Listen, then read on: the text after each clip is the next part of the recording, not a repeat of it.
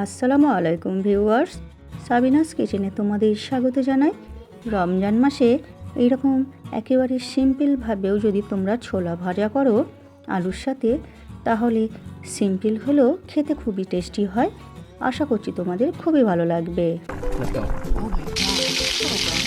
Aha. Yes.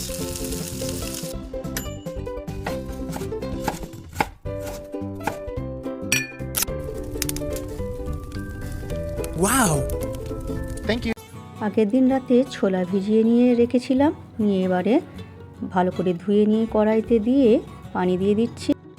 এবারে পরিমাণ মতো লবণ দিয়ে আমি ভালো করে নেড়ে দিলাম, দিয়ে এবারে ঢেকে সেদ্ধ করে নেব। একেবারে শুকনো করে নিয়েছি পানি, সেদ্ধও হয়ে গেছে তার সাথে।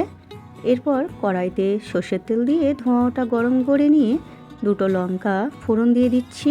লাল হয়ে গেলে একটা বড় সাইজের পেঁয়াজ কুচি দিয়ে দিচ্ছি, আর ছোট ছোট করে আলু কেটে নিয়েছি দিয়ে দিচ্ছি। দিয়ে এবারে আমি ভেজে নেব।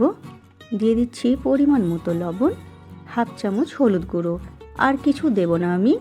এই সিম্পলভাবেই একেবারে কম মশলা দিয়ে এই ছোলা ভাজার রেসিপিটি খুবই দারুণ হয়। একবার তোমরা খেয়ে অবশ্যই দেখো।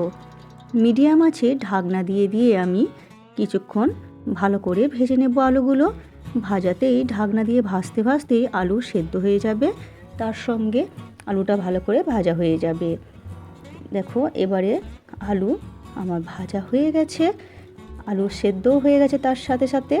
এরপর আমি দিয়ে দিচ্ছি ছোলাগুলো দেওয়ার পর আবার আমি 5 মিনিট ভালো করে নেড়ে চেড়ে ভেজে নেব।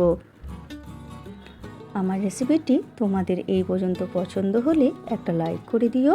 পরবর্তী রেসিপি কী পেতে চাও সেটাও কমেন্ট করে জানিও। এইভাবে আমি 5 মিনিট নেড়ে চেড়ে ভালো করে ভেজে নেব। এরপর তোমরা পরিবেশন করো ইফতারিতে। আমার রেসিপিটি তোমাদের কেমন লাগলো কমেন্ট করে জানিও। ভালো লাগলে বন্ধুবান্ধবের মাঝেও শেয়ার করে দিও। আমার রেসিপিটি ফেসবুক থেকে দেখলে ফলো করে দিও, ইউটিউব থেকে দেখলে সাবস্ক্রাইব করে পাশে থেকো।